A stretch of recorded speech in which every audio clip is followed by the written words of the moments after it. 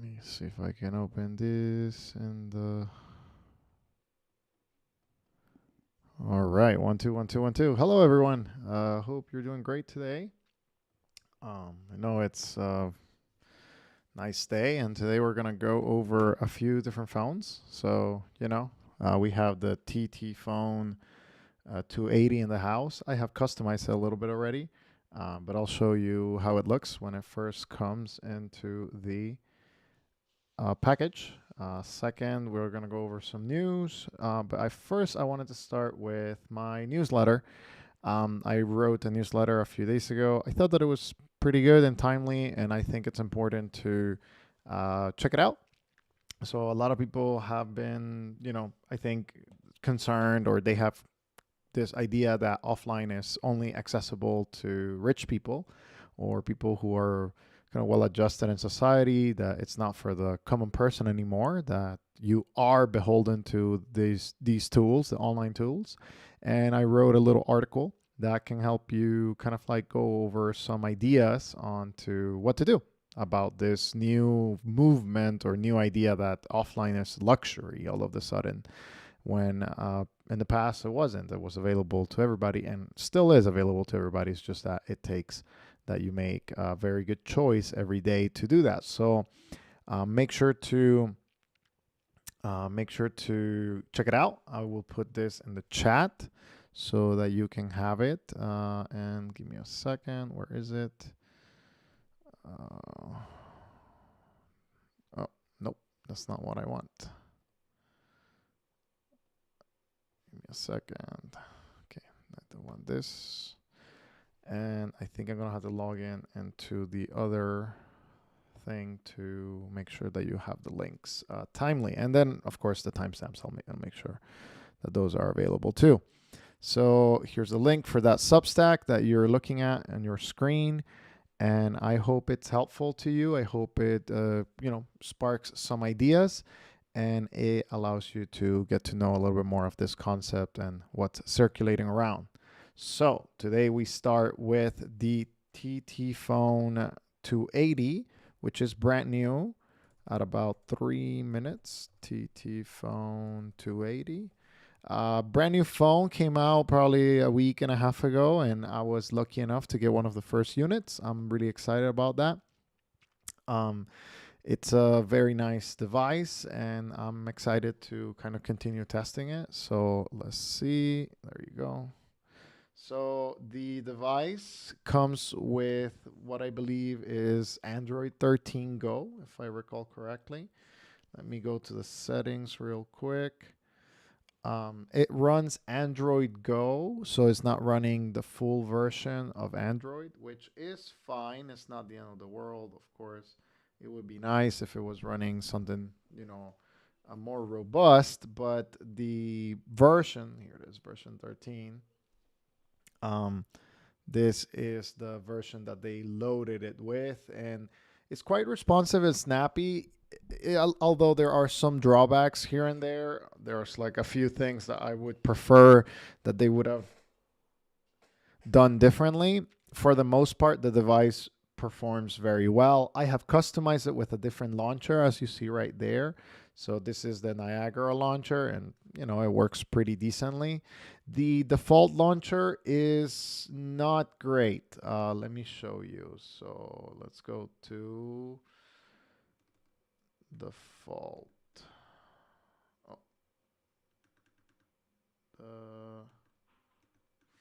Default. There it is. Default home app. It's called Quick Step. It's kind of like the original launcher for most of the devices. This is kind of like this form factor. It comes with this large font. It's not horrible, but it's not amazing. One of the main drawbacks of this device, although it is snappy and pretty responsive, as you see, is one of these issues that is it doesn't have a D-pad. So this is just a select button. You cannot navigate with it. So you can select stuff, but you cannot navigate anything else with it. So that's a little bit of a drawback. You can go back with the red key, and of course, you have the keys to start, kind of like calling a number, etc., etc., and that it performs decently well. But it doesn't have the ability to navigate. I spoke with the person in charge of this, and the problem is, there's no D-pad, but he thought that maybe we will enable the 4 and the 6 for having the ability to go between menus. So, a long press of the 6 will bring you to this screen, but if you do a short press, then it will allow you to navigate. So for now, you do have to use the touch screen, which is a little bit of a bummer. But as you see, it's pretty responsive and pretty snappy. It comes preloaded with Google Maps. This is the Go version. And again, it's quite nice. It works. It gets the directions going. No Android Auto due to the reality of, kind of like there is no full Android. It's only Android Go. So, but you can navigate the map. You can look for coffee shops or shopping and, the different areas, and it will give you a list.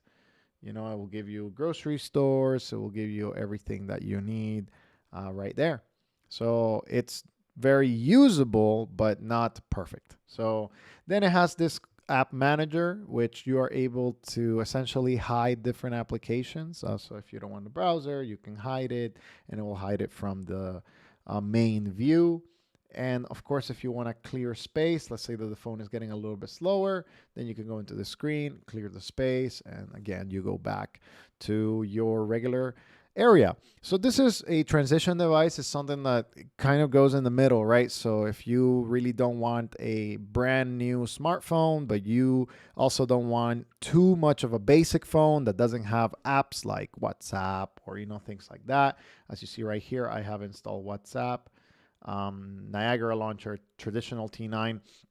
So the engine for the texting is a little bit wonky too, and I highly recommend for every device, honestly, that you install traditional T9. But then you have Niagara launcher. So as I showed you before, this is Niagara launcher, and I prefer that 100%. Another drawback of the device is that it's Europe only, of course. Here in the United States, you can only get 2G with it. So if you don't have 2G in your area, or you shouldn't be getting this device. Maybe that's what I'm trying to say. There you go. I think you guys were seeing some stuff. Sorry, let me move it. Yes, there you go. But there it is. Niagara launcher is pretty snappy. It kind of works with it, and you can set it as a default, which I did, and that's kind of like my preferred launcher whenever I get one of these devices. But again, it's quite nice. The construction feels very good in the hand. It's nothing special.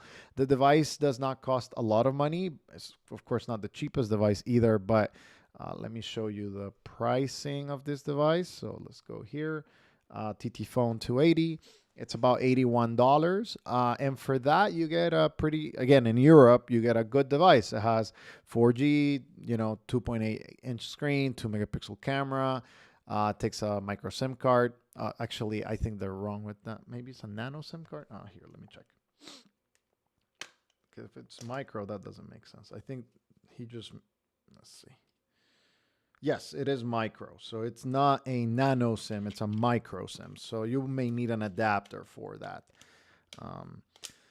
I have gotten to test a lot of the software, but not yet the calls. There's only one place in my area that does 2G, so I was planning to do that over the weekend. It does come with a 3.5mm headphone jack, though, so that is definitely appreciated. The camera's in the back. The speaker is actually quite decent, quite loud. I was very surprised at that. It wasn't too distracting or whatnot, so I, personally like that. So really think that you had that ability to kind of like use the device, and it's pretty remarkable what they have done for under $100. I think when I compare this device to other devices, I think the first thing that comes to mind is the Cat S22. So, if you're in Europe and you've been thinking about getting a Cat S22, then of course this device makes a lot more sense because it has better band compatibility throughout Europe. Of course, it may be missing one band or two. It's a pretty limited device, but just having the snappy performance, Android 13, it's more reliable, better suited for a lot of these things. And if you don't overload it with all of these apps, then I think it will be good enough. I have installed also the Aurora store, so that's how I downloaded WhatsApp. The only concern, or a lot of people have concerns about Chinese spyware, like, all of these devices that come in this casing. A lot of people have concerns about the security of the device, which I think it's warranted, is important. I did notice this was actually quite interesting. Whenever you go into the browser and you first set it up, it asks permissions to read your contacts. And I was just like, why is this happening? Like, you shouldn't be asking me to read my contacts. This is unnecessary. So I highly recommend that you use ADB and just kind of like get rid of it. Like just get rid of all of the custom or the apps that come by default. Just kind of get rid of them and move forward. I think that's kind of my suggestion. Install apps that you truly trust, especially from stores that are from F-Droid or Aurora store even. But yeah, when it comes to some of it's not bloat. It doesn't have a lot of apps that are bloat. But I personally would go into the apps, would go into the settings, would go, if I made this my everyday device, and I would look into like browser, for example, or the blocker app. I'm like, okay, I don't trust that blocker app. Like, what is that all about? Basic daydream. I don't even know what that is. It's probably an Android thing. It has digital well-being, files by Google, but it also has files. So just keep one, disable all of that stuff. It comes with Gboard, and it has a pretty good certification Google-wise. As far as I'm able to tell, it's actually legitimate. So maybe Google is working with certain partners to be able to allow better compatibility with the Play Store.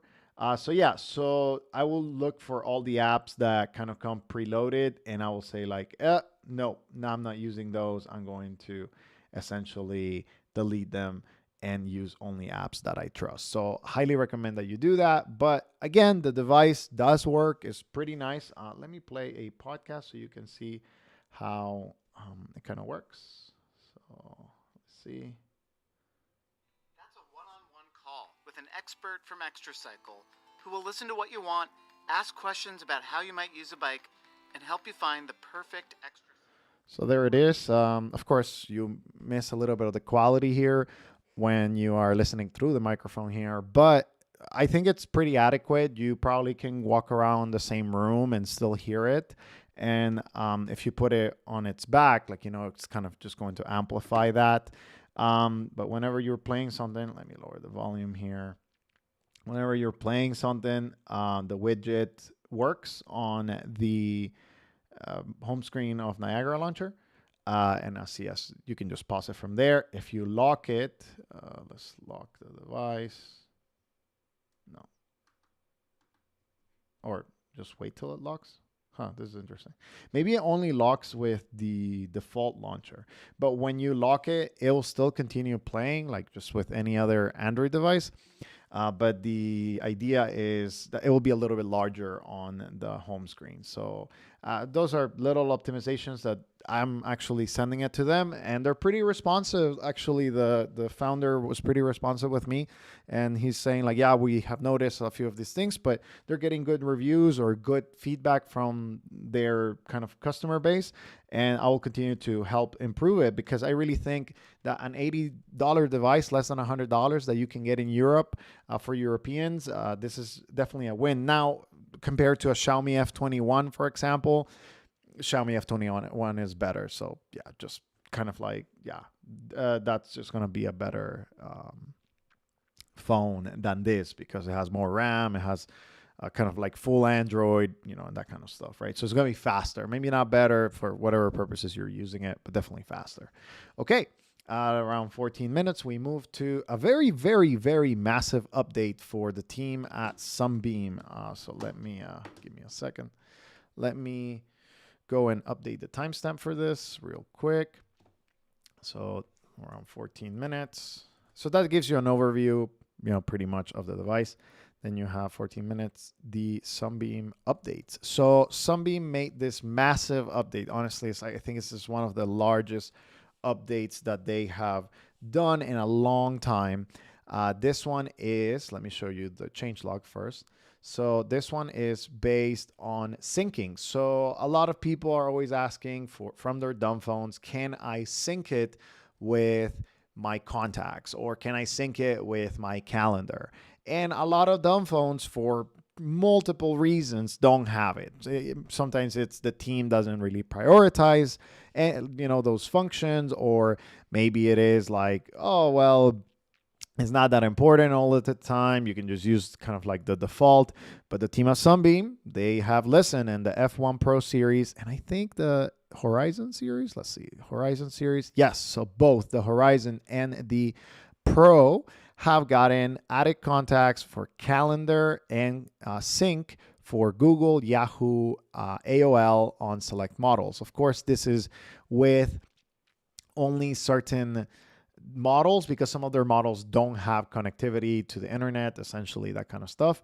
So again, I think this is pretty massive. I set it up earlier today just to showcase to you how it works, and I think it's definitely a win for this team. So this is the Sunbeam F1, and now you can get your contacts and your calendar synced.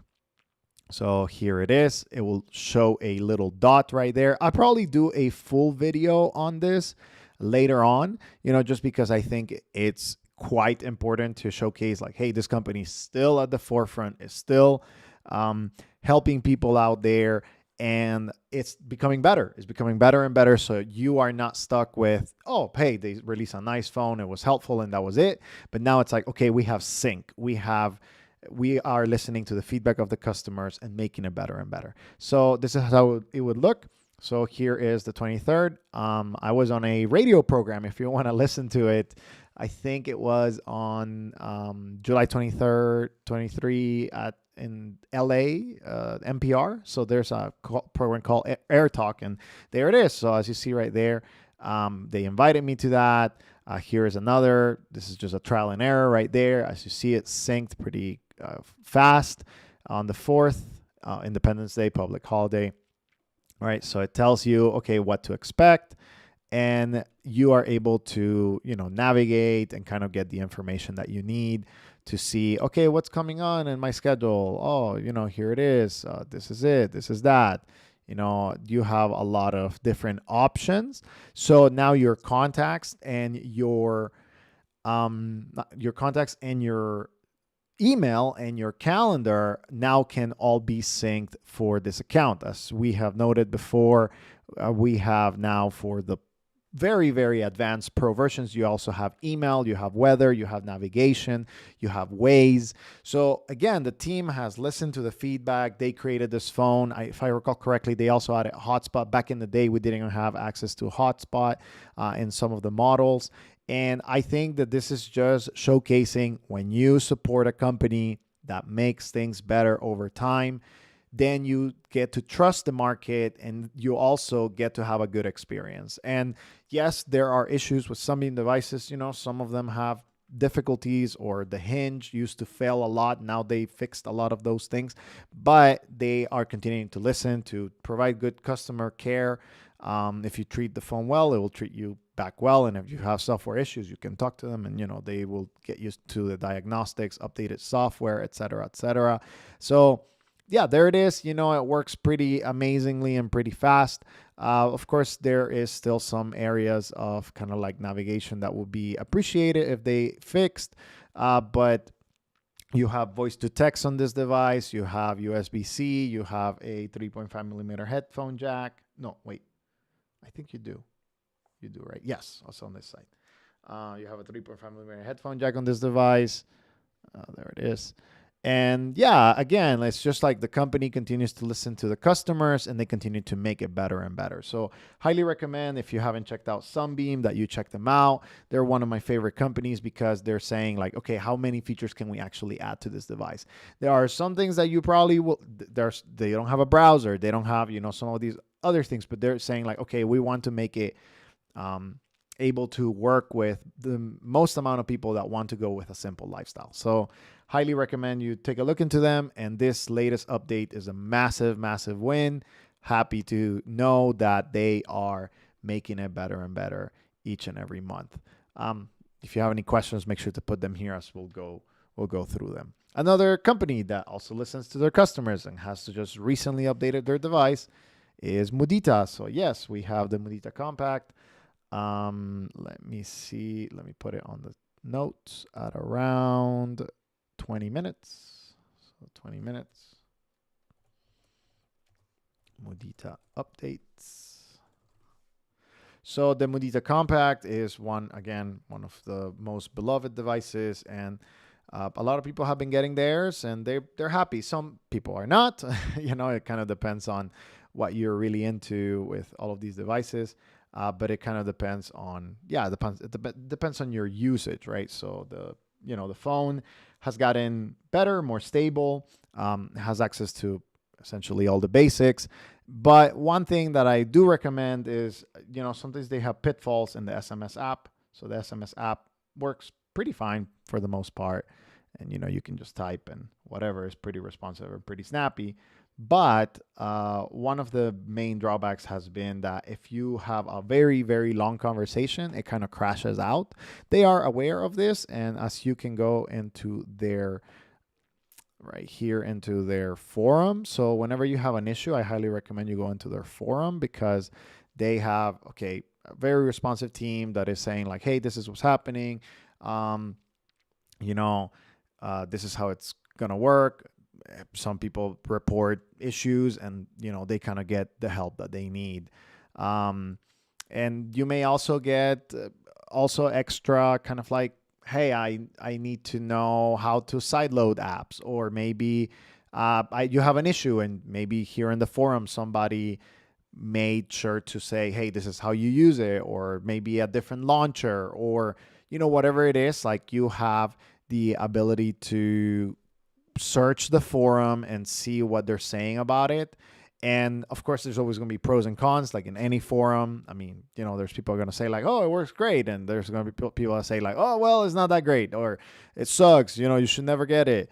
Again, like, all of these things are slowly kind of like working in the community, but at least they're listening, right? So you can go to the what's next, and then you can see a lot of like suggestions. Hey, this is what we want: inverted mode, calendars, et cetera, et cetera. And either you can wait until they deployed some of these things, or they can kind of go around and then like, okay, this is like kind of like the bugs, reports, et cetera, et cetera. So as you see right here, this is the last one. What is the timeline? Our team is actively working on it, and she's going to ask for a time frame when they expect to fix some of the latest bugs that kind of were introduced. Because in every update, there's always like, okay, we introduced new features, or we have these optimizations, but you can't catch everything. But as long as the company continues to develop for the device, they have my interest and my support, because I want to see companies that want to make their devices better. So that's kind of what's new in Mudita land. And it's really interesting that kind of like some people, it works for some people, it doesn't work for others. So it's just kind of like some of the things that preferences that people have. So yeah, there you go. That's Mudita. So that's what we have so far. And again, make sure to put your comments and questions, and we'll get to them in just a second. Next phone. Not a full dumb phone, actually. It's technically a smartphone, but I thought that this was neat. Let me put it. Actually, I don't think I need to put it. This is not important for the future references. So this is a Fairphone. Yes, it is massive. I kind of hate these very large devices, but there are a few things that I liked about this device. And while I was in Europe, I decided to get one for a few reasons. And the first one is this lighter right here. So this lighter does something really cool. I'm actually going to reach out to the company to suggest them a few extra changes, but look at what happens when you put this lighter on. So as you see right there, it becomes a very basic smartphone. You don't have access to all of the apps. You only have access to 5 apps. So if you want a less distracting phone, you are able to switch this slider to the side. Now, this is where I think this is failing, because I can just go like this again, right? Go back to full distraction, go back to not being distracted, and go back and forth here and there. But what I'm going to suggest to the Fairphone people is that whenever you enable this mode, that you are able to set up a setting that allows you to keep that mode for a specific amount of time. So let's say that, hey, I need email, right? So, I'm going to go into my email. I'm going to go into all of the apps that I need, yada, yada, yada, right? But sometimes I just want to be not distracted, but I want it to lock me down to, say, like 30 minutes, an hour, or say like, okay, I'm going to, for the next 4 hours, going to do this. And even if I go up, then the software recognizes that the time has not passed and you cannot go back to the distraction mode. And I think that that would be, because this is a physical switch, I think that that would be kind of like a good integration of physical and software. And I think it will help a ton, because it will allow people to say like, okay, I have a smartphone, but then I have this phone that only allows me 5 apps, right? Like you can customize the apps. Here, continue. See, you can like select which ones you want to, and you can have up to 5. So that's kind of how it works. There it is, those 5, and maybe those are the 5 that you want, and maybe you don't want, kind of like other ones. So it will allow you to kind of have this forced mode, but within, kind of like the smartphone world, and you have the ability to go back after a certain allotted amount of time. So I thought that that was neat. Other things that are neat about this device is that it's quite repairable. So you can take this stuff back, essentially at home. They make some modules for this area right here. Their case is not truly protective, in my opinion, but they have these kind of like screws that you can take out. You can swap out the screen. You can swap out the battery. It's very repairable. And I think if you have to have a smartphone for whatever reason, I think it's definitely one of the strongest contenders. So highly, highly recommend that. Okay. Let's go into a little bit of a Q&A, and then we'll do Lightphone 3 updates. So let's go into that. Okay, let's start from the top. Let's say Joao says, hey, just got a F21 Pro as per one of your videos. It's very nice. I'm glad that it helped you. Yeah, it's a nice little phone. It kind of combines the best of both worlds. Laptop says, tried iPhone 5 SE for digital minimalism, but kind of failed. WhatsApp group nowadays are intense. It made the phone filled up fast and laggy. If you only have like 5 contacts, it's okay. Yeah, a lot of the WhatsApp groups have GIFs, right? Like that's how it is. And then you have, or GIF. Man, I always get confused. Anyways, so yeah, they are loaded with a lot of storage and occupying a lot of storage. So that's probably why. So yeah. Let's see. Chaim says, would love something in the TTFone 280's form factor, but with a much better camera. Yeah, that would be nice. And we'll get to updates on that, because the Sidephone may be kind of like that for you. So, of course, the price will be definitely higher. That's the holdback for the Cat S22. Nice haircut. Thank you. I got a little haircut. Yeah. Eminem says, where did you buy your Kin F21 Pro? Not sure if the website is legit. Good question. Yeah, a lot of people, when they go into AliExpress or Alibaba, they're like, how can I trust this, right? So if you go into AliExpress, let me show you the browser. So there it is, AliExpress. I'll show you the seller, and I'll put the link in the... Okay. I saw something. I was reading about this crazy thing on the socials, that people are buying these, like, they're like Beanie Babies, but for the 21st century. They're called Labubu, something like that. So this is the store that you want to buy it from, the Chin Global Store. This is the correct place to buy it, and you can get it with your Google Play if you want to, or not. I will send you a quick link to that on the YouTube Studio, comments, etc., etc. Okay, there is a lot of stuff that I cannot send. Let's see, maybe this will work. This should work, right? I think. Yeah, that should work. Okay, perfect. So that link works for the Chin F21. So make sure to check it out. And this is kind of like at least in my opinion, the correct seller.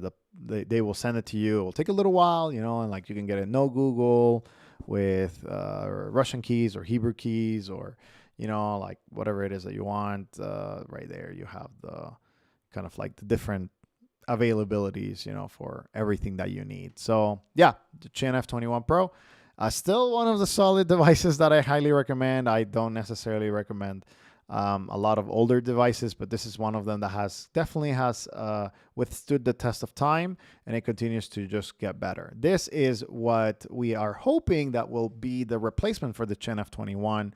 And a competitor to the TTFone 280 as well, which is the Sidephone. And let's get into news about the Sidephone. Okay, give me a second. Let's go to timestamps. And it is about 30 minutes, so 31. Sidephone updates. Okay. 31:30 maybe. Come on. Time is passing. Okay, so Sidephone updates. Now we have the Sidephone is supposed to be kind of like that replacement, very sleek device, essentially. This is the version that I have seen. This one right here in the middle. I have seen it with my own eyes. With Chris, the prototype, not a functioning one, by the way. But essentially, it's pretty nice. It feels good in the hand. It's not metal. It's kind of like nicer plastic, if you will. I don't know if they're retooling the casing, but at the time that he showed it to me before in June, it was kind of like a phone, kind of felt good in the hand. It wasn't like the most premium quality, but it felt pretty decent. Then it's going to have the modern features, but none of the distraction. And kind of like, okay, what is Sidephone? You can go and kind of get into their website. I believe the Sidephone is expected to cost $249. Probably they'll go up a little bit more from that. That's the target retail price, but it may be a little bit more. It's kind of like depends on the manufacturing, how they use all of that stuff. So I reached out to Chris again, and he's working hard to get it into market as much as possible, as fast as possible. And they're doing a good job. And now I believe in August is going to be the next kind of big update for the project. And I think it may go into Kickstarter mode. So let's go to YouTube and Returning Retro, a friend of the channel. He has his own channel, and he is doing all of those kind of video updates on kind of like, hey, this is what's happening. This is the campaigns that are, kind of like going around, et cetera, et cetera. And this is a long-term interview right here. Project progress updates, what to expect from the Sidephone. And you will get kind of like, hey, this is what's up. This is what's going on. This is some of the developments, et cetera, et cetera. He also has a update with the Keyphone, kind of like some updates with that too. So he does a lot of updates and talks with the founders of the devices. He even features leaks. So go check it out. Go check out the Returning Retro YouTube channel. And if you want to know more about it, he does more long form interviews with these people. And that's going to be extremely helpful. But I'm excited about the possibility of this device. I think it's definitely going to be a good market. And that transition device market is definitely not just a simple device, but I think it gets the job done. Okay, let's continue with our Q&A. So I canceled my order of the LP3 and have been considering Mudita for WhatsApp, currently using an LP2. What do you think? Yeah, I mean, if you need WhatsApp, Ezekiel, if that's what is kind of like something that you use on a daily basis, yeah, I highly recommend that you go for the Mudita. There are other devices that are cheaper that will let you use it, but they don't have the e-ink screen, right? So if you're attracted to the e-ink, because again, it has that ability to create a good I don't know, like a separation or friction, then yeah, I highly recommend that you go for it and that you do that. Let me make sure that here at 35 Q&A 1. Perfect. So okay, let's continue with our Q&A. All right. Yeah, so again, if you need WhatsApp, go for it. I think it's a good device. Imagine in the future, China will let us order custom-made Android phones that you can order which parts, OS feature, and affordable. It's going to be a game changer. Yeah, that's not happening anytime soon. Laptop. I mean, this is just like that's dreaming. I wish that would be amazing. You know, everybody making their own device, but that's probably not. You know, not anytime soon. Let's go to. Will you be reviewing Titan 2? Probably not. I mean, honestly, here's my thing. I like some devices from Unihertz. You know, I have the Jelly Star. I think it's okay. I mean, you know, it's a copycat of the original Titan, the Passport. Sorry, the Passport for with the QWERTY keyboard, right? But I don't know. I'm not into it. You know, like it's a larger screen than I would like. It's running Android. I mean, yeah, sure. You know, I have reviewed other devices that also run Android, so it's not like. But it's just like I don't know. I think there will be enough reviews that we will know whether it's good for or not. But yeah, I mean, it's okay. You know, like it's what $400. I think it's a good device. I don't think it's a bad device, but it's just kind of like, yeah, I'm not really into the device because yeah, I'm not sure. Like I'm not really attracted to it. Maybe that's what I'm trying to say. And I probably maybe I'll review it, but eh, it's something that is just like I know other people will review it because it's QWERTY and it's Android 15 and it's like large screen and it's QWERTY is back. But I think, in my opinion, it's going to be very similar to what happened in the past with all of these QWERTY devices. It's a cool gimmick, but we don't trust the company, or the company is kind of like not going to update it, et cetera, et cetera. So I'm curious to see how it plays out and if it intrigues me, or if like a lot of people, yeah, if a lot of people look into it, or you know they modified it, you know, I don't think it has a small enough screen for me to be interested in it. Because, for example, like the TTFone, right? Like this one has Android, you know, but it's a small screen. Like this is already an inherent thing that keeps you away from scrolling or watching videos all the time, right? Some of the distracting apps, most of the distracting apps, or even replying on an email. I wouldn't do that in here. So for me, it's just like this doesn't do that. So it still encourages scrolling because of the technology. So it's kind of like, you know, it's not restricted in any kind of way. So there you go. We'll see though. I mean, I'm not discarding it. I'm just like, not right now. At least as of right now, I have kind of decided no. Okay, next question. Alt Companion says opinions on KeyPhone. They're sending out beta phones in August, apparently. Yes. So let's go over to the KeyPhone. Let's do all of the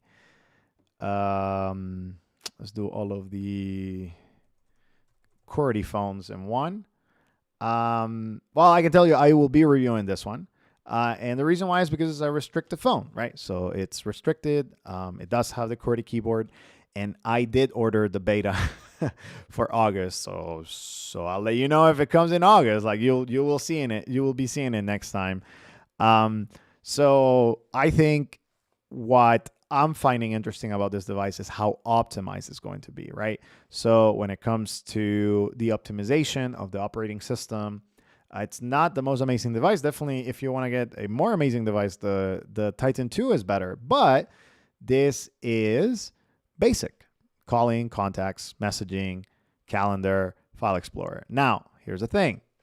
And this is what happens with a lot of the kosher phones. So I have one update of a new phone, came out a few months ago, but has gotten better, and I'm considering reviewing it.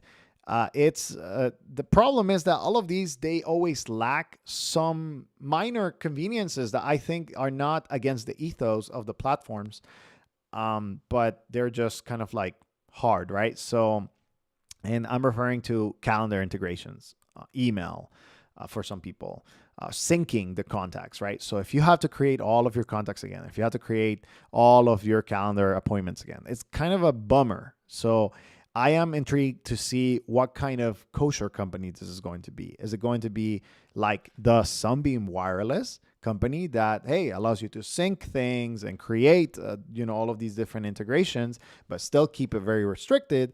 Or is it going to be like other kosher companies that don't? Like, they're like, nope, nothing. It's just always going to be never integration, never syncing, never doing these things, which will be interesting. They do have this also concept of the modularity. This is something that the Sidephone also does, that they're able to kind of like swap out. So this will be my first time looking into this modular world that you're able to swap out some things with the pins. What I plan to do is I plan to figure it out, like, hey, how durable is this? Because that's my main concern when it comes to, when it comes to kind of like the device. It's like, yeah, it has a great camera. Cool. Perfect. That's great. But I mean, like, let's be clear. How durable is it with this integration? What if one day, like, it kind of like falls apart and water gets into that? Like, how is that going to be performing? And I think the swappability is a little bit of a gimmick, in my opinion, because I mean, I don't think anybody's going to be like carrying both and being like, oh yeah, now I'm going to compose a text, let me swap out and type, or now I'm going to call and it's easier to find the numbers on this D-pad, so I'm going to swap. I'm like, either, for me, it's either commit to one and make it really good, or leave it aside, right? So I want to see how it integrates, how it works, a lot of these things, right? So we'll see. They have a good campaign. I backed it and I'll be getting it. And it's going to be interesting. Oh, they quoted me. All right, let's see. I'm really excited to take a look into it. The innovation here is that they're doing a QWERTY keyboard. There's more competition coming into the intentional space, and I'm excited about that possibility. Yep. I seen in my live stream. Cool. Hey guys, hope you send me the unit and you will see my review once you do. But yeah, I mean, I also let you know, right? Like, how it works. But this is kind of cool, right? So like this unhackable software claim as well. I'm like, okay, we'll see how unhackable it is. I try to do a little bit of here and there and see how it works. But this is the best part of the TTFone. It's just like, okay, it seems that they want to listen, right? So here's the thing. Because they have Android Auto, right? Smart connectivity. You have to vote to unlock, which means that these are the priorities for their software. You have eSIM support, phone number swapping, hardware add-ons. Like, do you want to see more hardware add-ons, etc.? So you can request a feature. So again, it's all like, hey, are you listening? Are you doing this? How is it going to work? Like, how good is the keyboard? How well does it feel? Etc. etc. I think it's a very interesting project, but it's all about what kind of company are you going to be? What is your goal? Is your goal to listen to your audience and make it better and better without compromising your principles, right? Or are you just going to say, hey, this is not happening. I'm good. I just want to make money, and I make money and I'm good to go, right? The campaign has been funded, so they will hopefully deliver to the 247 backers. As we know right now, the industry is kind of like delayed, especially in the niche space. They're very having issues. Everybody's having issues. Minimal Phone is still having issues. Mudita is still having issues.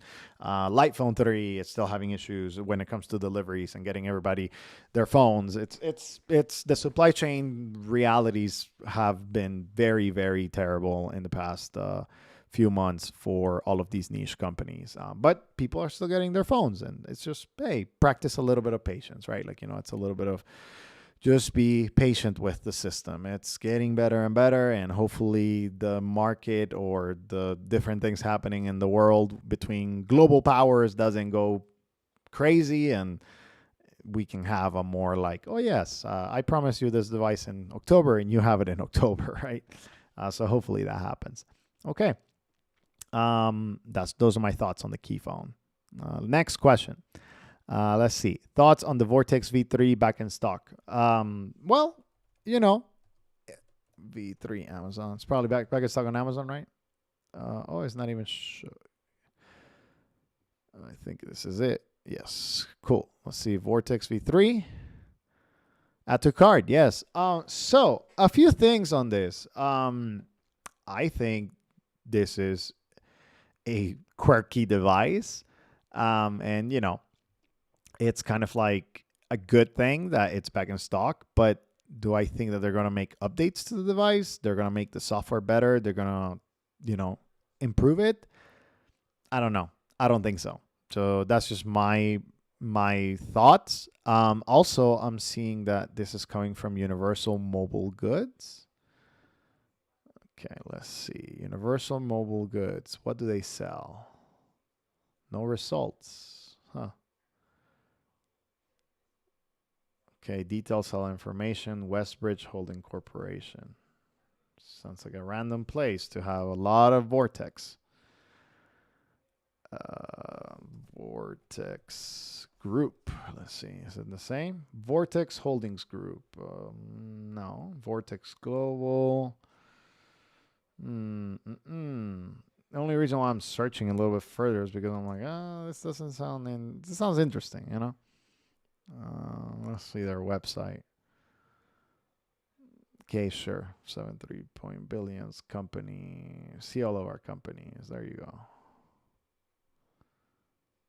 Oh, they have 15 pages. Why couldn't they put them on one page?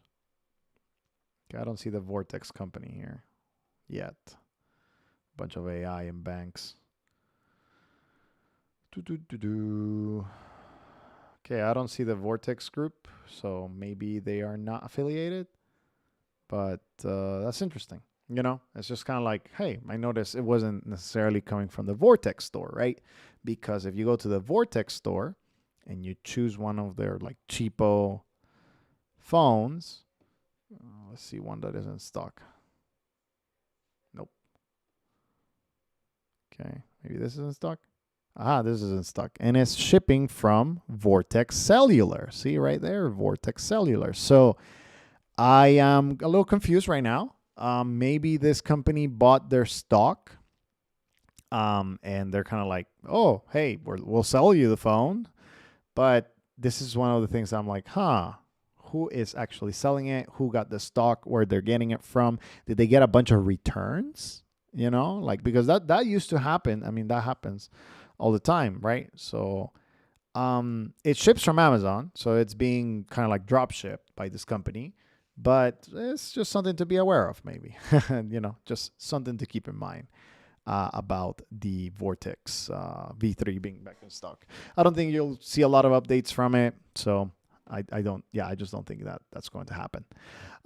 Some random updates on the kind of devices. The Jelly Star, one of my favorite small mini phones, now has a green version because it's exclusive to Dumb Wireless.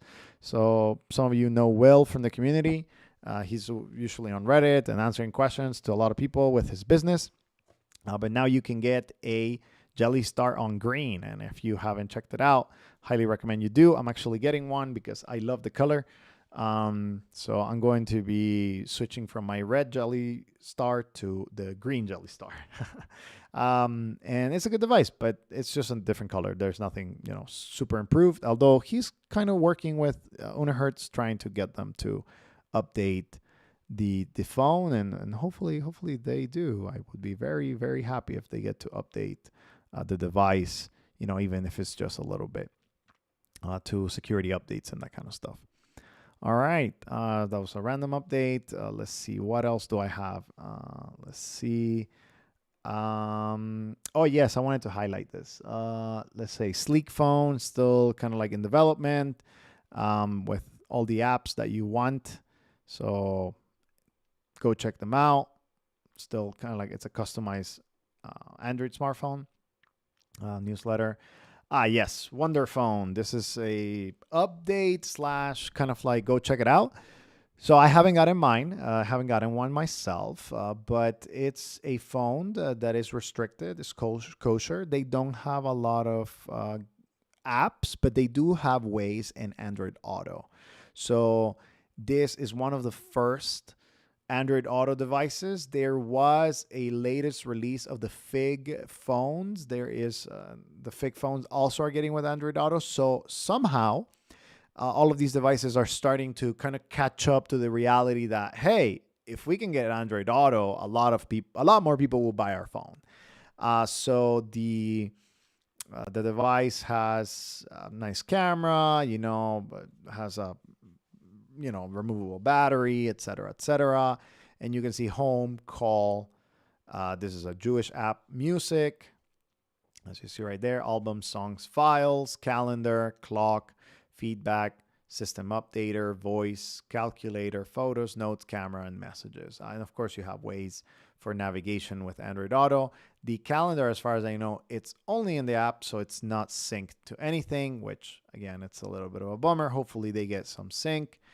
Speech to text conversion, yada, yada, yada. Anyways, go check it out. It is a little bit expensive. So this is where it kind of falls into it. I'm like, I've heard good things about it, but it's $400 for the talk and text, variant. Then you have talk and media, talk no media, et cetera, et cetera. And you have Android Auto, kosher tag, et cetera, right? But this is where kind of like some of these phones, I don't mind paying $400. I think actually if it's well built, which it seems like it's well built, and it's nicely designed and it works snappy and it works well, gladly pay the money. The problem is, will you listen? Will you improve it? Make it better? Create, a device that just gets better and better and better. And that's where very few companies kind of make it happen. So let's look at another example, Fig phones. So the Fig Kosher, this is another one. And it says next wave of innovation, Fig Core, available now. Down to the basics, pretty basic device. This is based out of a Kazuna. This is a Kazuna eTalk. Let's see it. Kazuna eTalk. Pretty positive. Very similar. Or eTalk. Is it this one? No. No, this is not the one. There's another one. It's one of these prepaid Verizon phones. I do recall seeing this form factor. But so this one has talk and text, has Android Auto apparently, and metal hardware, durable, premium. Okay, same thing as the other one, $229 for Android Auto, and the other one is $399, right? So I'm like, okay, the price is not the problem here. Is are you listening to your consumer? Are you making it better and better over time, right? And I think these are the important questions that you should be asking: is how much support am I going to get out of this phone? The Wonderphone people are usually in the JTech forums. These guys specialize on essentially kosher devices. So yeah, this is a best place to find information about the Wonderphone and how things work, etc., etc. It's a very good place, and as you see, they have had a few extra updates, right? So they're listening, they're fixing bugs and getting everything. It's just a question of like, okay, how is it going to do over time? Is it going to get better? Is it going to get worse? And very few companies in this niche market, the kosher market, to talk specifically, are doing that. They're usually releasing new phones instead of fixing their phones. And that's why I like Sunbeam, because they're fixing their phones. They're making it better. They're listening to the community. I hope Wonder, I probably will get one for review, but I hope they, So it's just kind of like, let's see how it works out. Okay. More questions. Should I get the V3 though? Have you seen my review? I mean, like if you've seen my review and you're content with how limited it is, and you are willing to put all of the work to customize it to your liking, yeah, I think it's a cool phone. I mean, it looks like the Razer V3. It's like iconic look, right? Like amazing. But would I get that device over something like a Cat S22 or even something simpler like a Nokia 225? I probably wouldn't, because I know it's not going to last for a long time. It's not going to have updates. It's not going to get better. Um, it's just a cool phone to look at. So, unfortunately, that's what it is. I wanted to shout out a lot of the users of the Light Phone that went to this event. There was a live afternoon, but I talked about this in the previous one. But I started looking into some of the tools, and I wanted to show. There was one that I thought that it was interesting. You know, like the passwords, um, the internet radio. I thought that that was very, very good of creating a tool for internet radio.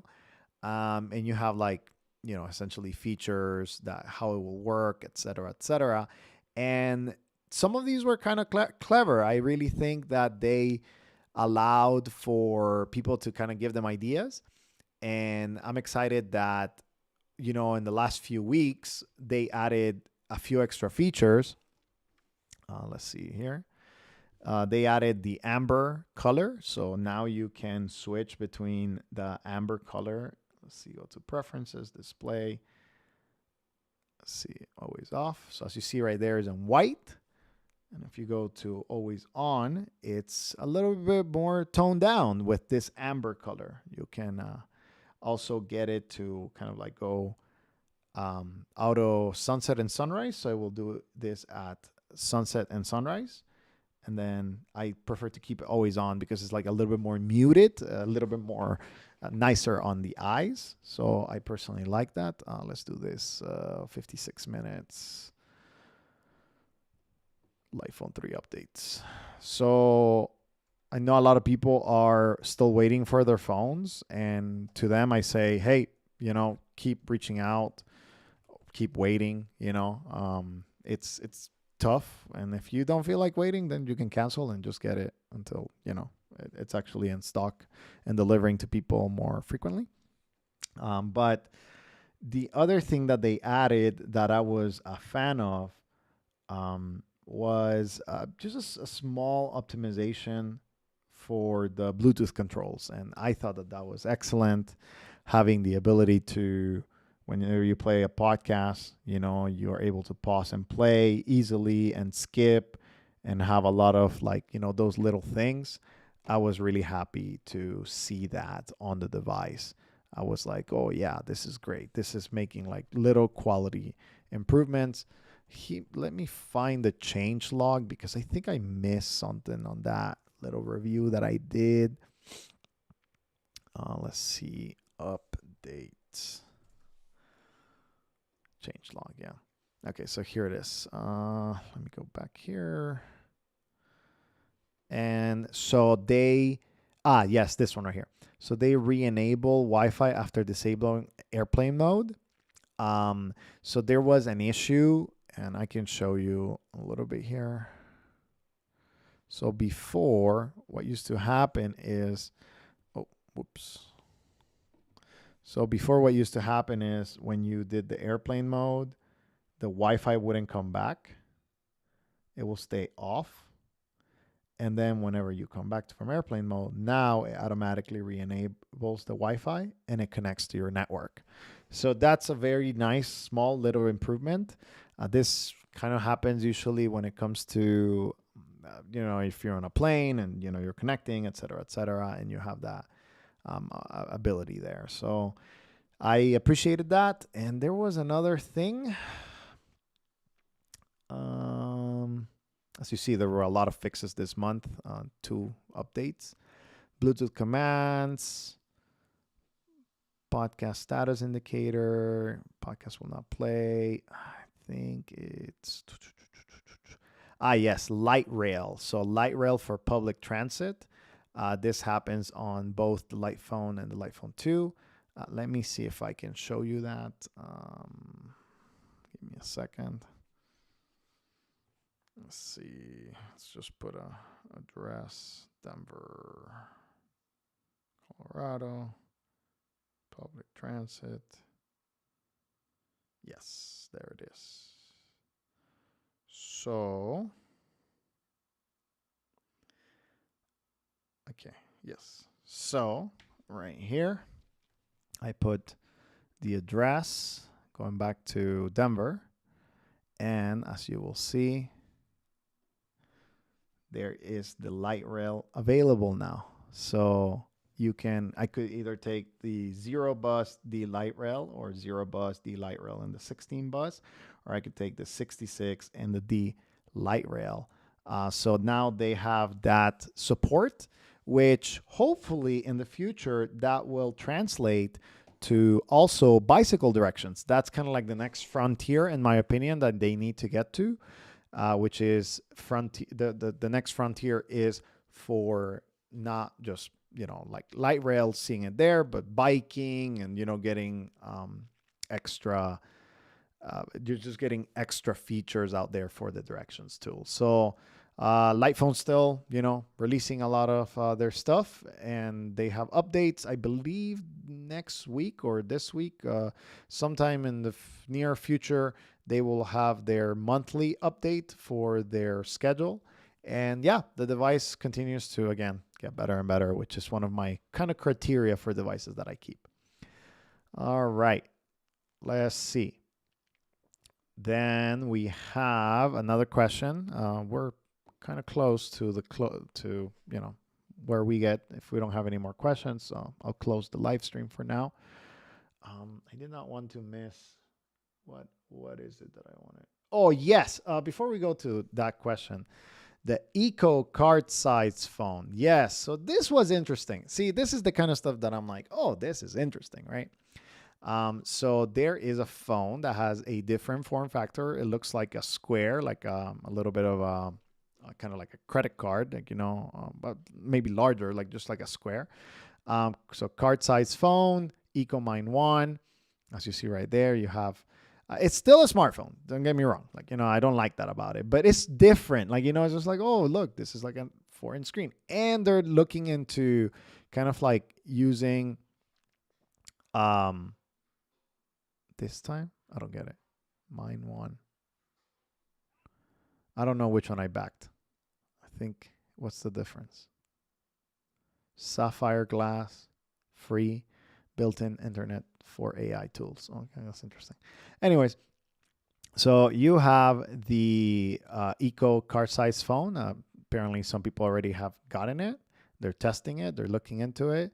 But I just thought this was interesting. I really thought that this was kind of like very different, and they have a camera. I backed it because of how it looks, honestly, because I'm like, oh, this is quite peculiar. It's not your regular form factor. But then you have the physical keyboard case, which I thought like, whoa, this is definitely different, right? Like, you have a keyboard case, you have this device, and you could say, but Jose, why not the Unihertz? I'm like, well, I don't know. I just don't think it's that cool. Like, the Titan doesn't feel that cool. This one feels more like, oh, this is different, right? Like it has these abilities. And of course, I hope that I'm able to customize it to my liking. I had some unfortunate previous experience with Eco as a company with their earbuds. I didn't think it was super cool. How they handle some of these things, but I just thought this was interesting, and like, I was like, yeah, this is interesting. Like, it's different. So I would rather go with something different and not necessarily with, what's been done. Okay. There was a question on the Tick Mini M5. Yes. So if you haven't gotten, this is the latest update, Tick Mini M5 update. So this kind of comes every so often. So the Tick Mini, they have a YouTube page. They don't really advertise this, but I highly recommend you go take a look into it. So the M5, okay, no, the audio. So they updated the phone 2 months ago. This is the latest update in May 10, 2025. And this is how you do it. You download a Google file. Um, and you need to essentially update it with a computer. So you need kind of like, there's instructions in the file, like maybe that's how I'm going to put it. So the file includes, uh, this is the link. You download the file, you use, I think, a Windows computer. I think it has to be Windows. And then you are able to see the improvements. So as you see right here, um, you know, like how it works. It's supposed to be smoother. It's supposed to kind of like work better. It has the dots, the build number, notifications, etc., etc. Right. So it's supposed to be snappier. Dual SIM compatibility is better, etc., etc. So yeah, you have, all of the different things right here. So yeah, I think that you should check out this video right here with the updates. They don't push the updates to um via over the air. But I highly recommend that you do that. You kind of like, figure it out and get a computer to update it. It's unfortunate that they kind of like not do this over the air. It's a little bit of a bummer, but it's kind of like what it is. Sorry, I was not showing you the screen. Let me go back to the YouTube video. Mini M5. So I will actually post the YouTube video. Give me a second. This is their page. This is the video that I was talking about. Let me put it in the video details.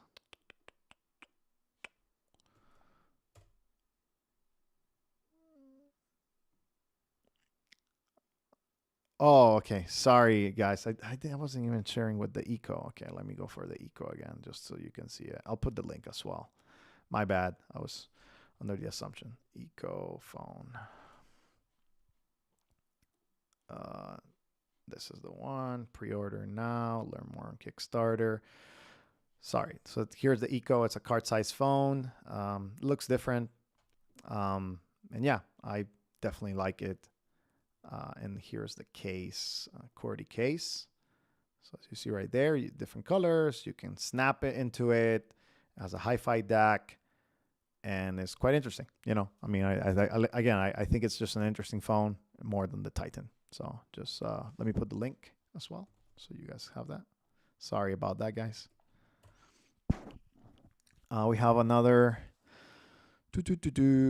update or question. Says a lot of people in the Light Phone Discord have been wondering why they haven't heard any news from Light for a few days. They missed their shipping window, etc. Do you know anything about it? So let's go back to, again, my thoughts on this are pretty much, let me see, Light Phone. Where is it? Let me go into my email.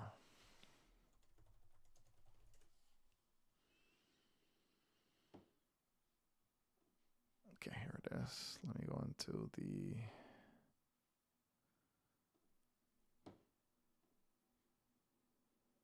Nope. This is not what I'm looking for.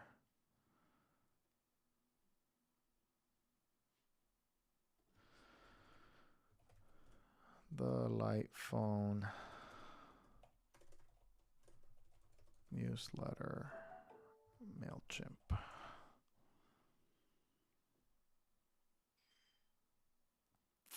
I'll probably be able to find it easier here. So,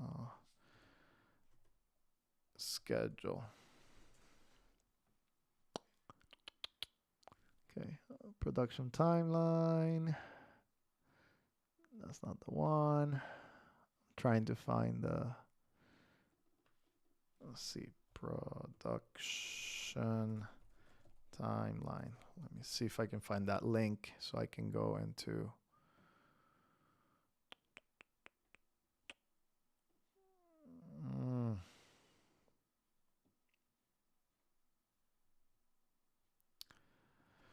Newsletter. Let's see if I can find newsletter.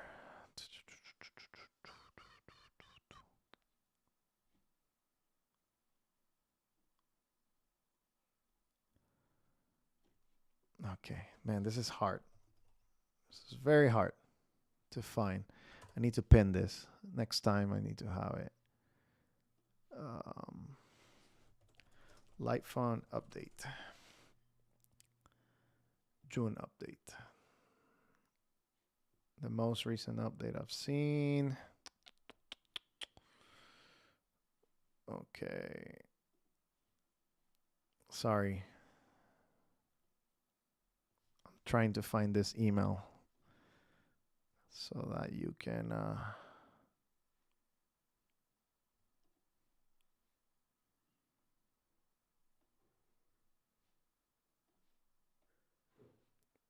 so you can see the. Yeah, next time I'm gonna pin this. My bad. I should have this pin. Honestly, we do it so often. Aha, maybe it's this one. Aha, find it finally. Okay, so if I recall correctly, this is the latest update.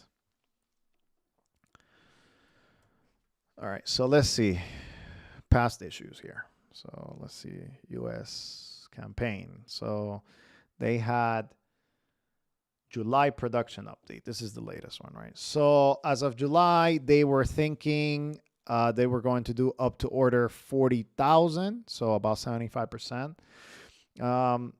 So these ranges indicate approximately which order number we expect to produce and ship by the end of the month. By the end of July, we expect to ship up to around order 40,000. Okay. So this is what they said, right? And I think what people heard is we are going to get to order 40,000, right? So, I mean, I understand how from this email you look at it and it's like, hey, this is the truth, right? So like I will get my order if I'm less than order 40,000 there. So I think the words that kind of like jump at me when it comes to this is estimated production. Here's the latest estimated production plan. These ranges indicate approximately which order number we expect to produce. And let me be clear. I think they need to be, like, if they were not going to get to order 40,000, I don't know where they're at. I think they need to communicate that, but like, oh, hey, this didn't happen. And maybe they're planning to do it now in August, right? Like, or maybe now at the end of July.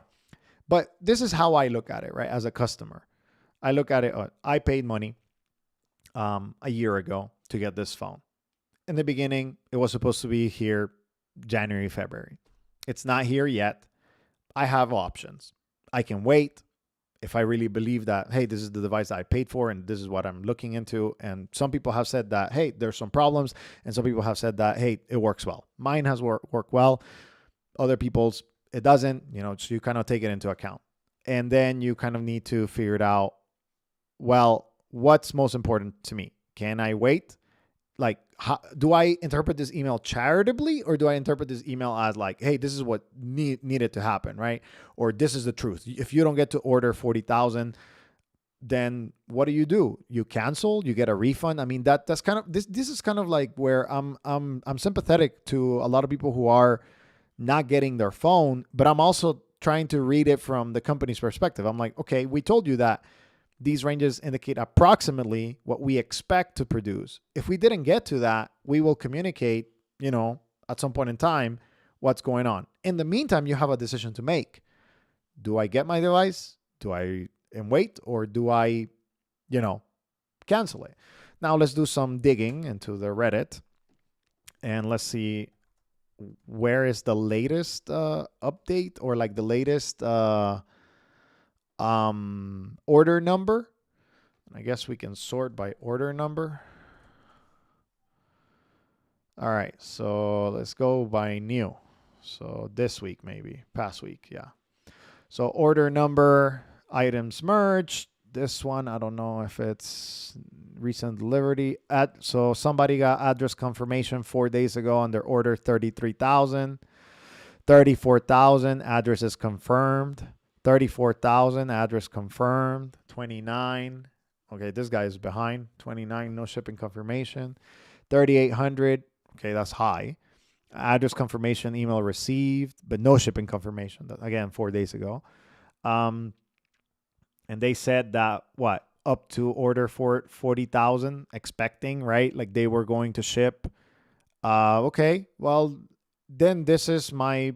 I'm pondering here. I don't have any insider information to give you. So if I did, I would give it to you. But I don't. So this is what it is.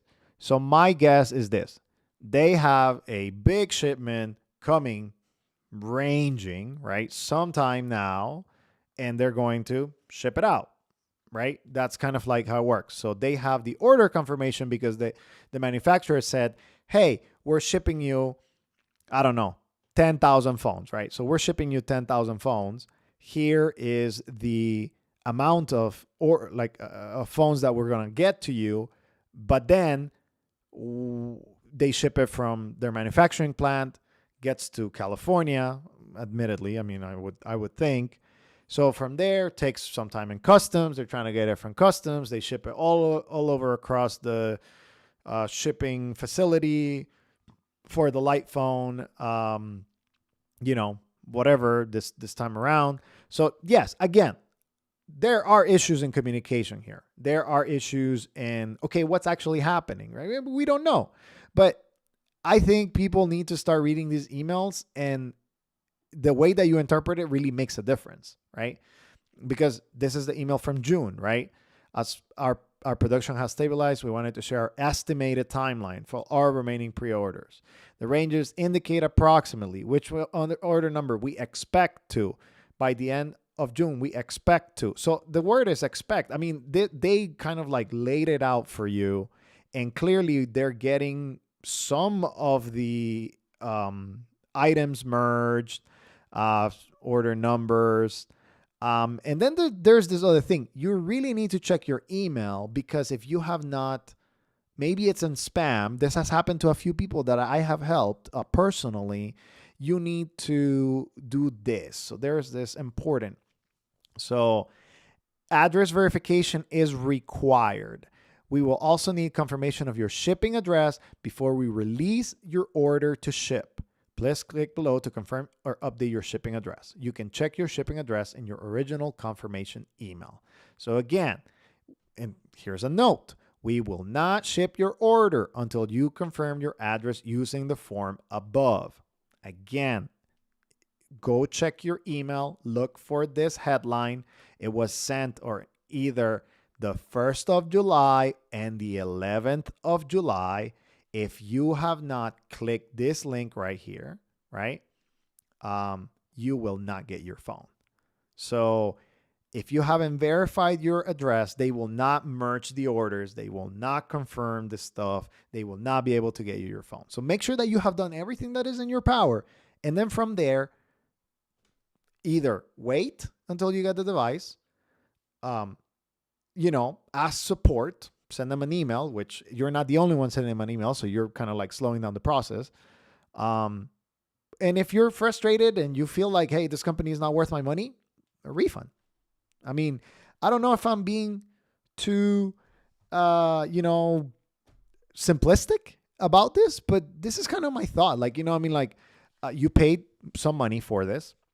Admittedly, you probably got a good deal back in the day, before this is $6.99, like $5.99, whatever the price is now, $5.99. You probably got it for $3.99 or $4.99. So the question is is that worth it?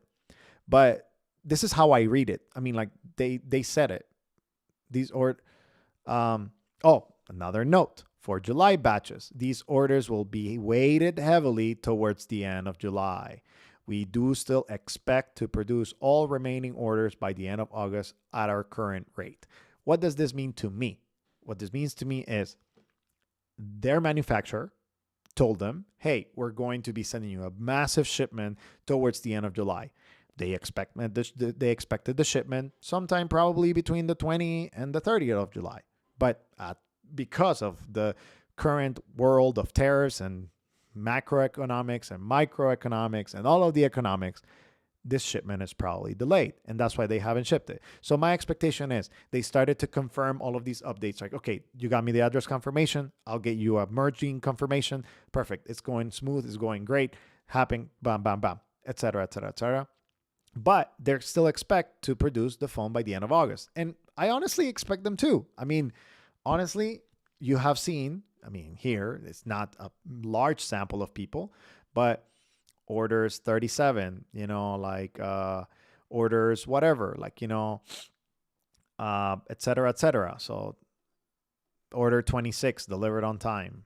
I don't know. Some people are getting it on time. Some people are not. So either you complain, you get them an email, you tell them how terrible they are and ask for a refund, which is fine. It's your money. It's your life. I'm not going to tell you what to do. But these are the options. Like, you wait for it. You send them an email.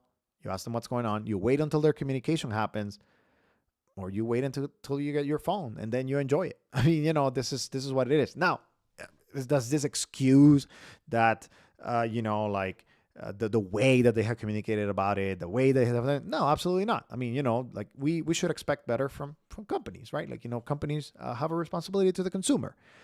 But in the landscape that I'm seeing, let me tell you that this is not only happening with Light. Like, this is happening across all of the small manufacturers. And it's just kind of like what has happened over the last few months with, all of this stuff. Yeah. And again, I think we should ask better. We should ask them to learn out of this experience and do it better and better. Yeah. So there you go. More questions. Jose, have you heard of issues receiving text on the LP3? I was one of the first pre-orders, but it's been a paperweight because I don't receive half the text messages that are sent to me. Good question, Christian. Highly recommend that you look into this thread. RCS is disable. Christian, help me out. Are you coming from an iPhone or are you coming from a Android? Because that makes a difference. Either way, highly recommend that you do this. So you have to do, if you're on an Android, you have to go to this website right here, messages.google.com, and disable chat. So how to turn off RCS, they tell you, without your previous device. So Google will verify the number is yours before turning off RCS chats. If the number you enter is registered with Google, you'll receive a 6-digit verification number. So you put your number here, whatever your number is, right?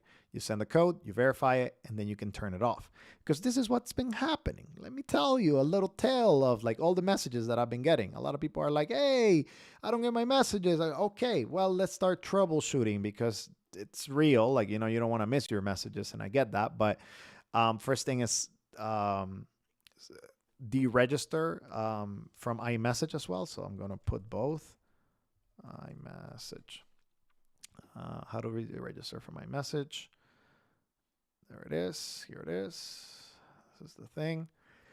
And so highly recommend that you do the following. You first go into, if you still have your phone and you have an Android phone, you go into messages, you tap more options, RCS chats, turn off RCS chats. And then you do this on top of that. Because what has been happening is when Google registers the RCS, they take it down from their phone stack, let's put it that way, but they still keep the registration of the RCS on their servers. And then slowly at some point in time, they get rid of it. But if you do it both, so you do it on your phone and you also do it on the number verification, then you can truly verify whether your phone number has been truly removed from their database. So first things first. iMessage, similar thing. So you transfer your SIM card to your iPhone, go to settings, tap messages, turn iMessage off and go back to settings and tap FaceTime. Tap FaceTime off, exit settings, okay? But then no longer you have your iPhone as well. You do this, you deregister, you enter the confirmation number, and then you get to what you need to get, okay? On top of that, on the iPhone, iPhones now have RCS. So you want to Google RCS iPhone disable. So how to disable. So to disable rich communication services on iPhone, navigate to settings, apps, messages, RCS messaging, and toggle it off. And even after that, you have to wait about 2 weeks.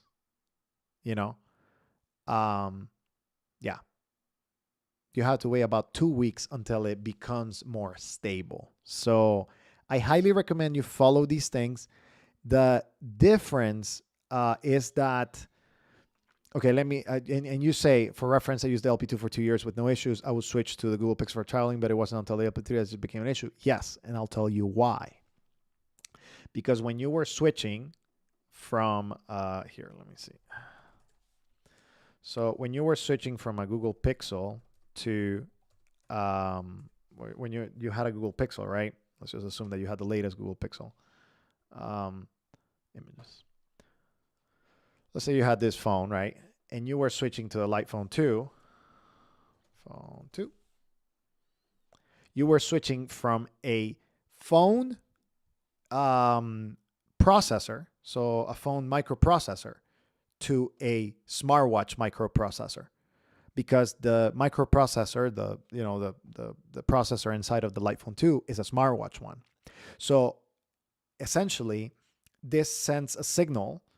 I mean, this is not super scientific. I'm trying to explain it as simple as possible. But like, whenever you switch your number from a phone stack to a smartwatch stack, which is what the Lightphone 2 used, they're completely different signals that they're sending to the network. So when that happens, that's why there are no issues whatsoever on the device, right? So because you're switching from an operating system and a processor that is Android based and that it is on a phone, so this is identified as a phone on the network, to a processor that is identified as a phone on the Lightphone 3. So you went, as a smartwatch on the Lightphone 2. So you went from a phone processor sending the signal to the network, I'm a phone, to a smartwatch and saying like, oh, I'm a smartwatch, even though it's a Lightphone 2. So when that happens, here, I'll just use these, right? So you go from like, oh, hey, this is a phone, to this is a smartwatch, even though it's a Lightphone 2. And then the network figures it out and it's like, oh yeah, no problem. We're going to send SMS to this smartwatch because this smartwatch doesn't have, whatever useful tools or whatnot, right? But then when the Lightphone 3 comes out, now you're switching from a phone processor to a phone processor. The network still recognizes it as a phone network, and your friends still recognize it as a phone network. Therefore, they try to send you an RCS message. That's why you have to go through all of these registrations, and then you even have to wait. You have to create new chats. I mean, this happens so often nowadays, even with non-Lightphone devices. There are a lot of other phones that are going, or a lot of other people that are going from, here, let me see. They're going from a full smartphone like this one to a light phone, or even to a flip phone like this one. And they're saying like, hey, I'm not getting my messages. Hey, this is breaking down. And the reason why is because your number has been associated at some point in time with RCS, and that breaks down the compatibility. It takes time. You have to text it again and again and again and again. And even worse, let me tell you the worst one, right? Like, so now let's say you have an iPhone. Let's just put a placeholder for the iPhone. Sure, this phone, whatever. Let's say you have an iPhone, right? And they text you on the iPhone to your contact, but you left the email on. The email for the light phone is on. For the iPhone, the email iMessage is on. The iPhone will default to the email iMessage instead of defaulting to SMS. So people will still sending you blue messages, but you only get them on your computer or your tablet. You do not get it on your phone. So that adds to the complexity of it all. And I know it's frustrating, but essentially what happens, in my opinion, the easiest way to do it is this. You go into these websites, the deregister, so messages.google.com, disable chat. You do it on your phone. You verify it on the website right here. You go to deregister iMessage for the phone. You verify it right here as well, because sometimes they don't take it from the servers. You wait a few weeks. You make sure that you're texting, that you have your kind of like back and forth with your people, and then you figure it out. Like, okay, what then? If that's not working, then we have a bigger issue. And that is maybe, of course, a lot of people will say like, well, this could be fixed if everybody just uses RCS. Yes, of course it could be, but a lot of dumb phones don't have RCS. I'm sorry. It's just kind of like what it is. So this is how it is. Now, my other solution for you is use just a different platform to communicate, like WhatsApp or something like that, and use it on your laptop, and just tell people like, hey, if you really need me, call me. If you need to send me a text and it's trivial, it's not important, and you don't mind me, just whenever I'm in front of my computer with WhatsApp, then I'll get back to you. And of course, WhatsApp is I'm just using it as a placeholder just because it's one of the most popular ones. You can use something else, something that's better, like Signal or Telegram, or more private solutions. So there you go. I know, sorry for that long rant, but it's just very, very, very difficult right now. Like with switching, they're making it harder and harder, and it just super sucks. So yeah, there you go. Next question, and I think last one of the chat. Okay. Or a comment, I think. I know it's easy to judge the situation now, but I feel like they shouldn't make Lightphone 3 such a different phone than Lightphone 2. They seem not to be handling this new form factor technology well. That could be true, Mateus. I think it's true that they switched the technology. They switched they switched with what's it called, the manufacturer. They switched a lot of components and a lot of things. So yeah, I definitely think that that is impacting them.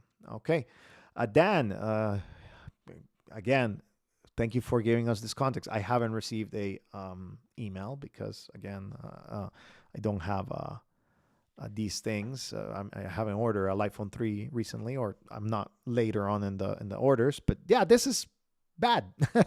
This is definitely bad. They maybe should be more cautious on the address verification. So it says Lightphone 3 order number 396 something, 650, 670, whatever. Happy to wait for the phone, but it's frustrating that the address verification email said we can't wait to share this phone with you later this month. And I will say, I'll text Joe, I'll send him an email and just be like, hey guys, like, we see a lot of, and it's internet culture, right? Like, whenever somebody promises something and they don't deliver, you call them out. And I think it's right. I think users are right to call Light out and say like, hey, just be more conservative. Like you're already conservative with your estimates. You're already peppering the emails with expect, with approximate, right? When you send a confirmation email, just say like, hey, look, or like introduce a caveat. I think the company that did it best was the new Pebble. The Pebble OS, they did it the best to a T. Here is what they said. Yes. So they included this on their kind of like whenever you're ordering. Let's see if we can order something. I want one. Okay, let's see. Important disclaimers. Here it is. If you have an iPhone, check this box. I understand that these watches will work with iPhones, but I realize Apple restricts and degrades functionality of third-party smartwatches. Because of this, I do not expect these watches to have the same features as Apple Watch. Read this blog post if you'd like to learn more. Like that's a very great disclaimer, right? So I think maybe they need to include that and just be very aggressive and saying like, hey, look, this is just what's going on. I understand, I acknowledge that. The ship date is an estimate. Delays may happen. Core devices may cancel and refund my order anytime. Duties and customs fees may be added later. I can cancel my pre-order and get a full refund at any time before shipment. And the FAQs at the bottom of this page. And you have to read all of these things, right? So I definitely think that this is something that all companies can adopt, especially with just the environment of how everything works, right? And I highly recommend that Light. And thank you for adding that. Like, I think it helps Dan to kind of like get this feedback out there, right? Like, hey, be charitable how you interpret things, but also keep them accountable, right? Keep them accountable, send them an email, and just be like, hey, you know what? Like, I'm really waiting for the iPhone 3. It's a little bit of a disappointment that you said that you wanted to share this phone with me later this month. And I'm disappointed. I'm still holding out. I'm still a happy user. I'm still, somebody that supports your mission. But can you be more cautious, right? And that's just reminding ourselves that light is run by humans, right? So sometimes when we are used to these big tech companies are like, oh, well, they should know better. We're like, light, they're humans. It's a small team. They're humans and they are learning like we are. I think we can all be better in those terms. I mean, whenever people give me feedback, I take it and I'm like, hey, you know what? Thank you for that. I appreciate it. I'll try to do better next time. And, it's kind of like just how it works. But yeah, I would be bummed too. Like, when you say like, hey, we can't wait to share this phone with you later this month and you don't get it to me later this month. And it's like, yeah, hey, what happened? But I think the way that affect change is to send feedback and to do it in a way that resonates with another human. Like, put yourself in their shoes and be like, man, I'm really sad that I disappointed people again. But how can I avoid this in the future? And I mean, hopefully, once they get all of these devices shipped out, which I think they will, I really think they will, then they learn from this, they make it better, and it just works better next time. So yeah, cool. All right, well, everyone, thank you for being here. Thank you for being on the live stream today. I hope that you derive some value out of it.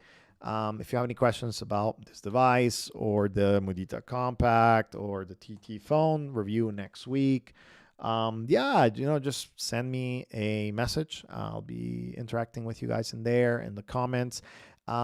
Today is the last day to enter for the giveaway for